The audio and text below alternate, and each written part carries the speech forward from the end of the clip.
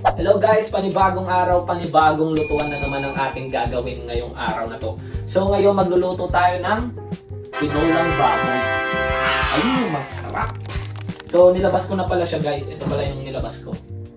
Ito pala yung kitchen area natin guys na paglulutuan natin, yung mga gamit natin nandito na. So pagluto na lang talaga. So ready, let's go! So kunin na natin yung mga gagamitin natin. Siyempre, hindi mawawala yung luya, di ba? Siyempre, di mawawala yung tissue. Siyempre, pamunas dito, di ba?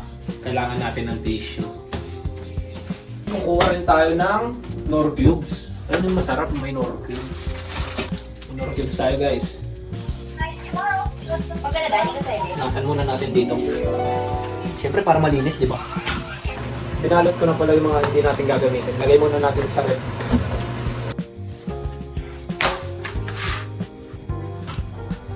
So, binabalatan na natin. Baka umiyak tayo.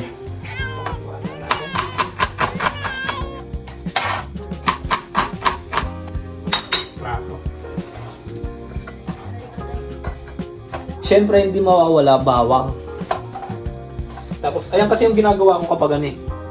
Pang mabilisan, tapos diniinan ko lang. Ayan, ganyan lang. Pinupush ko lang siya. Ayan, hindi ko na binabalat isa-isa. Kuha agad.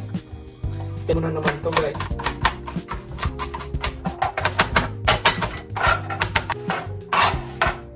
So, ayan. Siyempre, hindi mawawala ang kawali.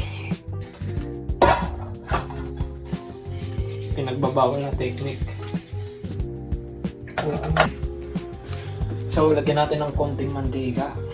Use oil to guys. Masarap kasi pag ginigisa eh. Ayun yung ginagawa ko guys.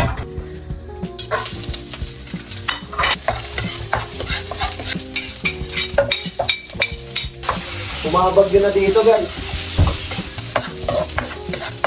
Lagyan na natin ulit sa akin.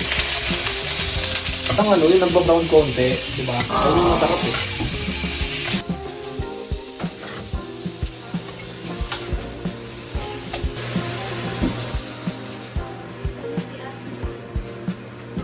Lagyan natin ng konting kamita. Konti lang. Tapos, luya. Yan. Tarugan muna natin. Hanggang kumulo siya.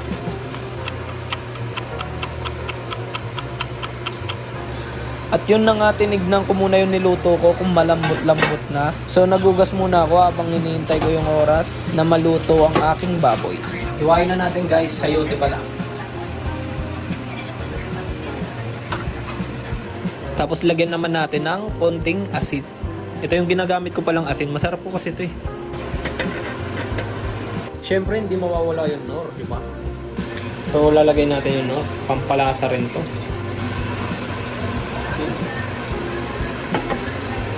So maghintay muna tayo ng konting oras. So let's go. So lagay na natin to guys.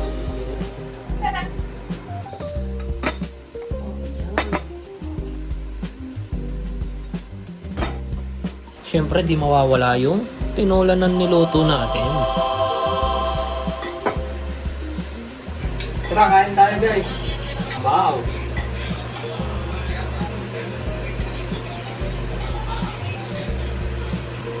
Napakalambot! So, yun lang guys. Thank you for watching.